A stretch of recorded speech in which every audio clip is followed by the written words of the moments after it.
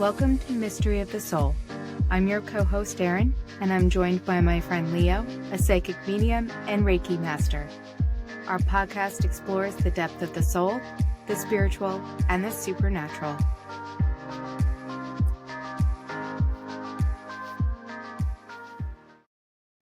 Hi everyone. Hi guys. Welcome back for Mystery of the Soul. Leo and I are very excited to be here with you all again today. And we wanted to just do a little thank you to our last guest, Joe Donahue, a dear friend of mine that we grew up together. And just thank him for some of the insight, his transparency, and sharing his story with all of our listeners. Because I feel that when we have some additional information beyond what the majority of the public is exposed to and experiencing, that even just having one person be able to take this information and maybe share it with other people or get something out of it themselves, it can make a huge difference and have a big impact. We got into quite a few different subjects, and one of the things that we talked about was the dark night of the soul. And again, for our listeners, maybe that didn't listen to that episode, didn't hear some of the things that we discussed, the dark night of the soul can be a really challenging time for people. And I think it can be a different experience for everyone. I think so, yeah. It doesn't look like the same thing for everybody at all. And some people have really, really low points, kind of like how Joe shared with all of us. And some people just feel they're in a world of chaos. And like Joe had explained to us, that he feels like it's really kind of like the soul is awakening and it's getting kind of jolted, because if there are things happening in our lives that don't align with what our soul's purpose are, there may be that shake up. That's the word I was going to use. Yeah, there may be that shake up that really just stirs things up.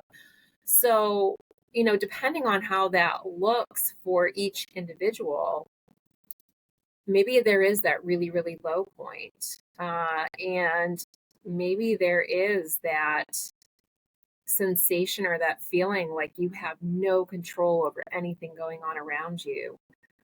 I believe that I shared, like, I had a moment where I said to my mom, like, why does this keep happening to me? Like, I think I'm a good person. Like, why am I dealing with just this chaotic mess around me? And she had said, you got to take a minute to understand that some of the bad things that we go through aren't necessarily there to take us down, but also help us to appreciate the really good things that are happening and have us be able to honor those things. And have some gratitude. Yeah, have that gratitude. And so I've had so much positive experience during the time that I've known Leo regarding Reiki that he's introduced me to, as well as EFT tapping. Yes. And so I love to talk to my mentor and have him just kind of share with all of you guys a little bit more with what he does that could be really beneficial for somebody who is going through these experiences, because firsthand, it helped me tremendously.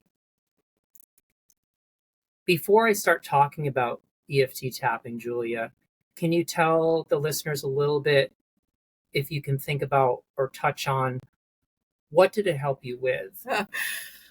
I remember my first Reiki session with Leo. I went in there and I was like, it is my sacral chakra and it is blocked and I know it's blocked. And I shared that with Leo, and he just calmly started his session with me. And I could not have been more wrong. He got to my heart chakra, and it was, I'll just say, an experience I really had not taken the time to honor the amount of trauma that I had experienced in my life and how much that really blocked me. And that allowed me to come out on the other side with just a little bit more openness. I'll say that after my heart was able to be a little clearer, I then met my now husband, and I think that having that balance really helped me to be able to take the steps that we needed in order for us to have a really successful relationship, because I wasn't carrying a lot of that hurt and that trauma that I had experienced. And beyond that, with tapping, again, because of trauma, I had some really intense emotions and feelings that we had discussed Mm-hmm. that were creating, I think, a really big barrier for me, and had a really large effect on my level of anxiety on a day-to-day basis. And so being able to be exposed to something like tapping, it allowed me to release and let go. That was one thing that we talked about with Joe. He's got a big tattoo that says "let go." Right. It really helped me to let go and kind of move on beyond that. So that was kind of a little bit about my experience, but I'm going to, again, turn it back over to you. So EFT tapping, it stands for Emotional Freedom Technique. If you go to my website, I have an EFT tapping page. There is a link on there as well to the tappingsolution.com. And if you go there, it's a ton of information about research on tapping internationally and globally, of what are the types of things that tapping has worked for, and studies that have been done on how the effectiveness has been with it. The types of things that you can tap on are symptoms or side effects that we might be dealing with. This could be emotional, physical. There could be emotional triggers that you're dealing with, traumatic events, PTSD, and also limiting beliefs that hold us back. And so the idea of the emotional freedom technique, it combines like Eastern philosophy with dealing with energy, and then also modern day psychology. So when you're tapping on these main nine major points on your head and torso, you're actually tapping on these endpoints for energy meridian channels that run through your body. And so in a sense, you're moving energy. Just like we move energy with Reiki, when you're tapping with your fingers on yourself, you're moving energy. And the psychology part of it that comes in is, as we're tapping on these points, we have these affirmation statements that we start with. And it goes something like, even though I'm anxious about XYZ, I deeply and completely accept myself. So that's a standard EFT statement that we start with to sort of acknowledge what we're feeling and experiencing, and also to understand that it's okay to feel that. And the goal with the tapping is to bring a lot of this stuff that we can't see yet from our subconscious mind to our conscious mind. And so the tapping helps move the energy. The statements and the affirmation, the statement prompts, helps bring stuff forward, so that, let's say you're talking about, like, I'm anxious about driving in the city. Well, as we're tapping, we get tapping on anxiety about driving in the city, but then we go further with tapping on what else do we have anxiety about? And we kind of peel back layers of where anxiety has kind of been in our life. And once we can kind of shine a light on that and bring all that stuff forward, we can now see it all. And then in present day moment, when we actually experience, let's say, an emotional trigger to something that we get really anxious about, if you notice when that happens to you, the intensity of it is like tremendous. It's like, it almost is to the point where it's almost irrational to what actually triggers it. And so the reason for the intensity is because all of this other stuff that's connected with anxiety from our past is fueling the intensity. So with the tapping, we can take the power away from all that stuff and actually reframe that negative story and release us from that, and then reframe a new narrative, a new positive outcome that we can kind of reprogram ourselves with a new perception. And it's, as somebody who's received this, and I don't facilitate tapping, but as somebody who's been a recipient, it really is incredible how you start off the session, and it's amazing how a simple phrase is you're very doubtful of it. There's this hesitancy, like, all right, I'm saying this, but like I'm saying it. And that's when your ego jumps in, that hesitancy. Yeah. Like, because it's like, I don't know if I want to look at this or not. But when you're actually going through the processing, it's very quick. And it's wild, because then as you're moving through it, you start feeling like, okay, I'm saying this with much more confidence, and it's allowing a freedom is how I would describe it. It was like a freedom of me being able to not just say something, but truly mean it. Hence the emotional freedom technique. Yes.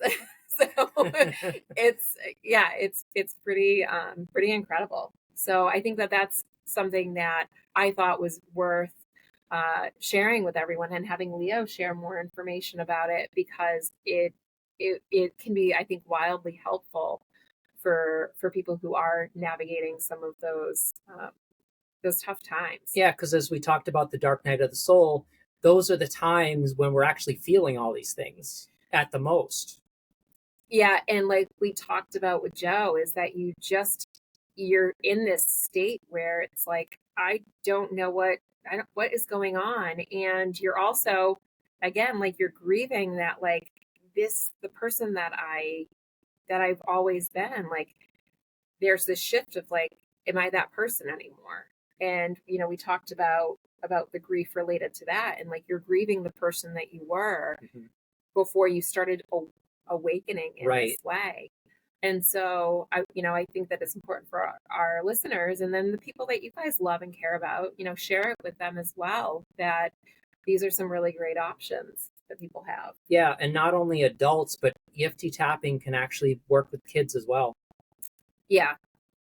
Yeah. And we've had our conversations about stuff like that. Just, kids that are going through anxiety or tough times, they have their own experiences. And, we also talked about with Joe, is that we're conditioned at a young age, and we always go through this programming, and then we get older and we realize we have to like reprogram or deprogram a lot of those things, because they don't actually truly serve us. And it's not necessarily something that it's our parents, but it's our environment, what we're exposed to, and now in today's age, where kids they have so much input from everything, from social media, from online presence, whether it's access to the internet or gaming or things like that. I think that, there's so much input going into everyone that it can get a little bit kind of confusing. So having some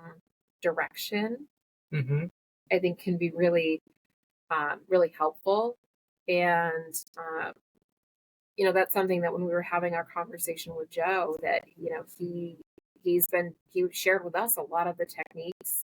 I know we talked about the ecstatic dancing, which I still like. I love to do ridiculous things, and I get some eye rolls out of not just my children, but my husband as well. And he had talked about some of the other work that he's done with embodied masculine. So for, again, anyone who hadn't had a chance to listen to the episode yet, I'd highly encourage you to go back and listen, because he does talk about the experience that he went through, and it's actually driven him to become a facilitator for men, to help them become more in touch with their emotion and undo some of the programming that was very directed at masculine energy. And he talked about a little bit more of getting in touch with feminine energy. So I think that that's something, again, just to bring that back up in conversation. I think Joe was a really good example of being tapped into the divine feminine just based on like how vulnerable and transparent he was able to be on the interview just kind of shows that. And to go along with like the EFT tapping we were just talking about, to actually go there and bring that stuff forward from the subconscious to the conscious mind and to not allow the ego to come in and like push it back down is an example of you tapping into that divine feminine. Yeah, it's incredible because we don't really consider this stuff on a daily basis. And I think that there isn't always a lot of conversation surrounding these concepts or ideas or just general knowledge. And so I'm super grateful for the fact that we were able to have him on and have him share with everyone and be so transparent with all of our listeners. So, we're hoping that we will continue to bring that kind of energy and that kind of transparency through our other guests on the show. And, if people have, questions or comments, or if you guys have ideas of maybe some of the things that our listeners might be interested in hearing, like, you can email us mystery of the soul podcast at gmail.com, because we'd love to hear from you guys as well. And that was something that I did when I first started listening to the show. I would text Leo and be like, oh my gosh, I loved this, or this was fantastic, and then started telling more people about it. And that's something you guys have heard me say a number of times, that, the human connection and being able to share stories, share information, different tools and techniques that we can give to the people who surround us. You never know what's going to land for somebody else. And so I think that that's really important to have you guys have a little bit of that kind of recap from our last episode, and just that little reminder that there are some other strategies that you have available to you. And, we'll keep looking to bring more of that to the show. That sounds good. All right. I think that's a wrap, guys. Everyone have a wonderful week. Do we have any bits of wisdom or I think what I'll say to kind of touch on sharing this with people is one of the things that we tap into with Mystery of the Soul is talking about getting in touch with our intuition. So tapping into your intuition is kind of listening to that little voice in your head when either when you've heard that voice say, oh, I need to call mom, or I need to email this friend. Well, maybe you're listening to an episode of this or something else, or you're reading a book and you hear that little voice, oh, maybe I should tell someone about this. That's your little nudge from your intuition. So if you start listening to it, I think you may surprise yourself. I love that. All right, guys. Until next time. Talk to you later. Bye. Bye. Thank you for listening to Mystery of the Soul. Be sure to subscribe so you never miss an episode. If you have a question, topic suggestion, or just want to say hi, we'd love to hear from you. You can visit our website at mysteryofthesoul.com, reach us on Instagram, or email us at mysteryofthesoulpodcast@gmail.com. If you're interested in booking a session with Leo, you can contact us at Mystery of the Soul or visit Leo's website directly at leomediummccarthy.net.